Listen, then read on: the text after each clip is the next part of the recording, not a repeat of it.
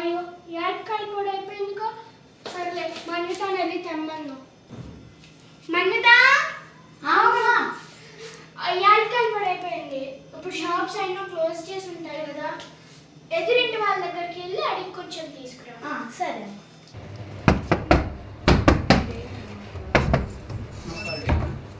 Aunty మా ఇంట్లో కొంచెం యాలక్కాయలు పొడైపోయింది, తీసుకొచ్చిస్తారా? అండి థ్యాంక్స్ ఆంటీ ఇచ్చినందుకు. అమ్మా ఇంకో అమ్మా యాలక్కాయ పొడి. సరే తెచ్చావా? సరే చెల్లికి కూడా కొంచెం అన్నం తినిపిపో. యాలక్కాయ పొడి తెచ్చారు, వెళ్ళి నువ్వు వెళ్ళి అక్కతో అన్నం తినిపో. హాయ్ అక్క. హాయ్. ఇదేంటి యాలక్కాయ పొడి? అవును, అయిపోతే మన్నిత వెళ్ళి తెచ్చుకొచ్చింది. చీ ఏంటక్క?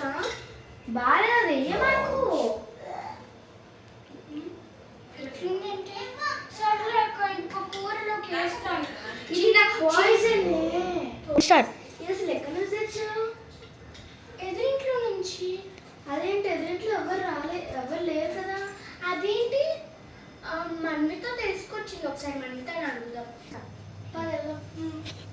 ఓ మన్విత, యాలక్కాయ పొడి ఇంట్లో ఎదురింట్లో ఎవరు ఉన్నారంట కదా, ఎలా తెచ్చావు? ఎవరో ముసలి ఆంటీ ఉంది.